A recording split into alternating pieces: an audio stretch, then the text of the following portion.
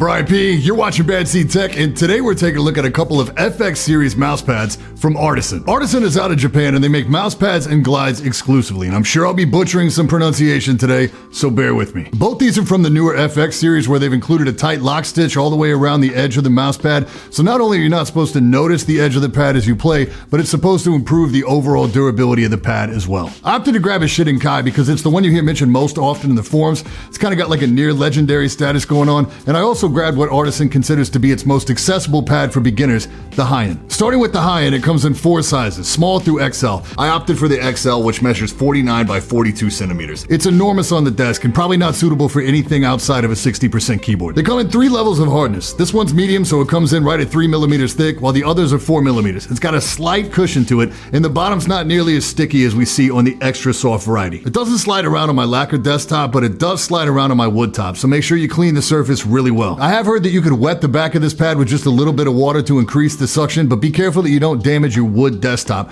On a lacquer or laminate desktop, you should be good to go. The surface is what they call pear skin, which is polyurethane, but it feels like a textured cloth surface, and it's called cloth on the box as well. It's also got a grain to it, so lateral movements are a lot smoother than vertical movements. As far as how it plays pretty slow. It's not really geared to my specific play style. I like a little more speed. Interestingly, the stock glides on the G Pro Wireless feel smoother on this pad than the stock glides on the Zowie mice or the Hyper Glides. I noticed that all the aftermarket glides that Artisan sells on their website are nylon versus Teflon, so I wonder if that's the difference. I can't find any specs on the G Pro Wireless feed, so if you happen to know if they're made of Teflon or nylon, please let me know in the comments. Even after a few hours to adjust, I just don't perform as well on this surface as I do the Zowie GSR SE, the Glorious XXL, or especially the next pad we're going to look at. I just couldn't hit flick shots with the same consistency that I can on some of my other pads. That is just my experience though. And I do have to wonder how hard this pad will be on mouse feet. It feels really textured, so it feels like it will chew them up pretty good. The High-End FX is priced in yen, with the small size converting to about $19 US,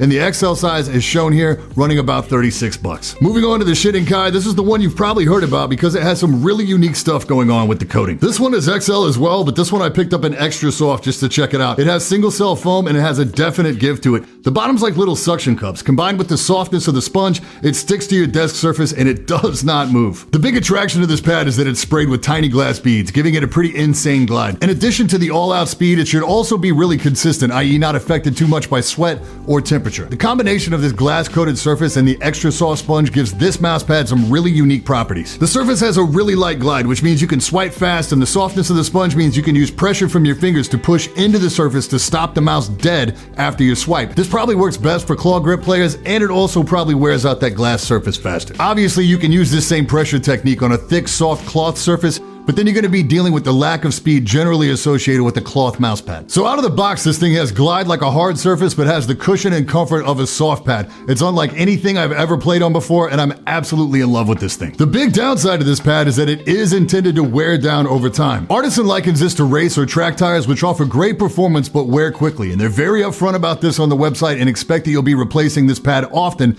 if you decide to buy. So this is not a budget peripheral by any stretch. The small size starts at just over $23, and the XL will run you over 42 bucks. They don't quote how long on average it takes to start seeing this degradation because it's going to differ a lot depending on your play style or how often you play. When those glass beads start to separate from the surface, it takes the form of like a light dust. I am starting to see this after only having tested this pad a couple of weeks. You don't have to worry about them being sharp. It's nothing like that, so you're not like going to get glass in your hand when this thing starts to go. They do still arrive rolled up. If for some reason you are going to put it back in the box, they do warn you to only roll it back with the coating on the outside. The extra soft pad settles in right away. The medium may take a little bit longer, but you can speed this process up by just heating it lightly with a heat gun. You're not going to hurt it. Artisan actually recommends this. The High-End is available in red or black, and the Shidenkai is available in red, white, and black, which is actually more like a charcoal gray. You can also get additional graphics added to the pads for free if you like. Basic shipping for one pad starts at about $8.50, and you can add Rapid Air EMS option for an additional $7. I think I chose basic Japan post option. It took 11 days to get from Japan to my front door. So these are certainly some unique pads. I've definitely never seen as much detail or design